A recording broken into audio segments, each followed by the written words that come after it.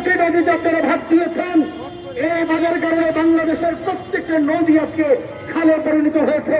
নদীগুলো নব্যতা হারিয়েছে, গতিপথ হারিয়েছে, গভীরতা হারিয়েছে, প্রশস্ততা হারিয়েছে, চর জেগেছে, পানি জমেছে। আজকে যদি আপনারা বাঁধগুলো না দিতেন, নদী নদীর মতো করে চলতো। এই পানি, এই প্রবণের পানি প্রত্যেকটা নদী দিয়ে, এই 54টি নদী দিয়ে আজকে আমাদের বঙ্গোপসাগরে গিয়ে পতিত হতো, কোথাও বন্যার সৃষ্টি হতো না। আপনারা বাদ দিয়েছেন নিজের স্বার্থের জন্য। কলকাতা বন্দরকে রক্ষা করার জন্য ফারাক্কা দিয়েছেন, কৃষিকাজের জন্য বাদ দিয়েছেন। সব মিলে প্রায় 3000-এর মতো বাঁধ আছে এই 54টি নদীর বিভিন্ন জায়গায়।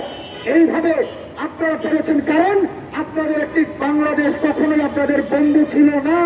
আপনাদের বন্ধু ছিল একটি গোলাম সরকার। এই আওয়ামী লীগ সরকার আপনাদের একটি গোলাম সরকার, একটি তাবেদার সরকার। তাদেরকে আপনাদের চাটুকার বানিয়েছেন, দাস বানিয়েছেন, কৃতদাস বানিয়েছেন এবং তাদের মাধ্যমে সমস্ত কিছু আপনারা অর্জন করেছেন।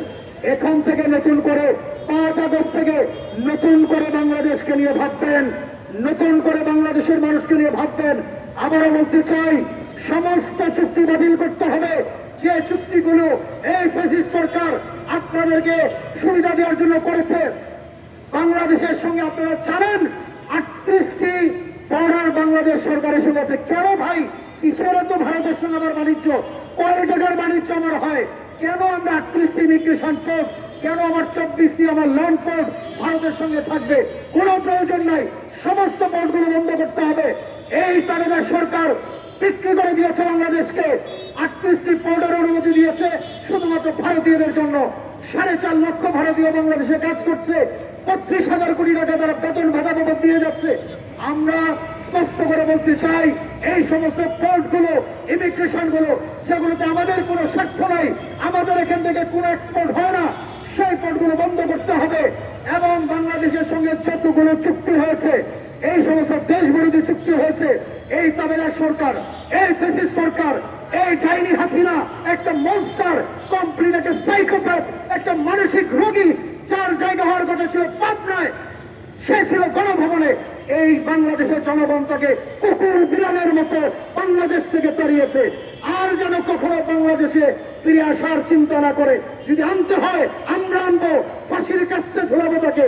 যে কাজ করেছে, যে হত্যাগুলো করেছে, আমাদের তরুণদের খুব ঝাঁঝরা করে দিয়েছে, প্রত্যেকটি হত্যার বিচার করা হবে। আমাদের বিজয়ের পিলখানায় যে হত্যাকাণ্ড হয়েছে, আমাদের বিচার করা হবে।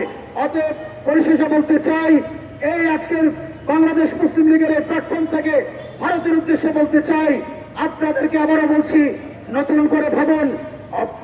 কত বড় নোংরা দেখেন। আজকে প্রায় 25 দিন যাবৎ তারা বাংলাদেশ তাদের ভারতীয় দূতাবাস বন্ধ করে রেখেছে। আমাদের অনেক লোকজন হয়তো চিকিৎসার জন্য যায়, এই মানুষগুলো বঞ্চিত হচ্ছেন।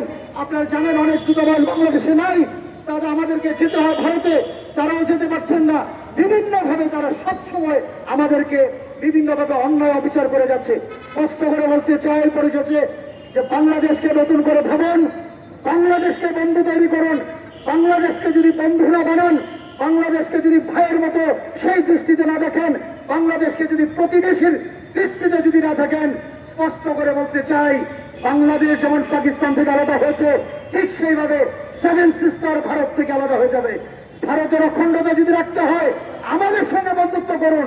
কোন তাবেদার সরকারের সঙ্গে নয়, কোন রাজনৈতিক দলের সঙ্গে নয়, কোন গোষ্ঠীর সঙ্গে নয়, কোন ব্যক্তির সঙ্গে নয়, 18 কোটি মানুষের সঙ্গে বন্ধুত্ব করুন। তাহলে আপনাদের অখণ্ডতা থাকবে।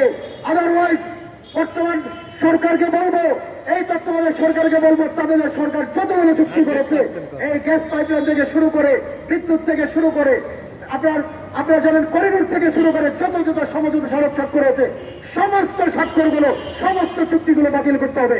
আমরা নতুন করে ভাববো ভারতের সঙ্গে আমরা কিভাবে আগাবো। আমরা ভাববো 7 সিস্টার আলাদা হবে কি হবে না।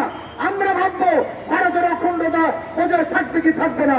অতএব আমাদের এক বক্তা বলেছেন, আমরা আপনাদের পেটের ভিতরে বসবাস করি। অতএব আমাদেরকে যদি অস্থিতিশীল করার চেষ্টা করেন, সমস্ত শরীরে আপনার ক্যান্সার ছড়িয়ে যাবে। পশ্চিমবঙ্গ 7 সিস্টার কোথাও রক্ষা পাবেন না। একদিকে কাশ্মীর আলাদা হয়ে যাবে, একদিকে 7 সিস্টার আলাদা হয়ে যাবে, একদিন আবার আগের মতো করে আপনার ওই আহমেদাবাদ আলাদা হয়ে যাবে, পাঞ্জাব আলাদা হয়ে যাবে। নিজের তরকায় তেল দেন। আমি বলবো যে দয়া করে অতি শীঘ্রই নতুন করে পররাষ্ট্রনীতি তৈরি করুন। ডাইনিকে আপনারা নিয়ে গেছেন, ডাইনিকে আপনাদের কাছে রাখেন। এই বাংলার মানুষ এই মনস্টারকে, এই সাইকোপ্যাথকে, এই মানসিক রোগীকে বাংলাদেশে নিয়ে আসবে। বাংলাদেশের যে আইন আছে সেই আইন দ্বারায় যেভাবে হত্যাগুলো হয়েছে তার নির্দেশে, যেভাবে পিলখানায় হত্যা সংগঠিত হয়েছে, এই ডাইনিকে আমরা ফাঁসির কাঠগড়ায় চড়াবো ইনশাআল্লাহ। আপনারা রাখতে পারেন।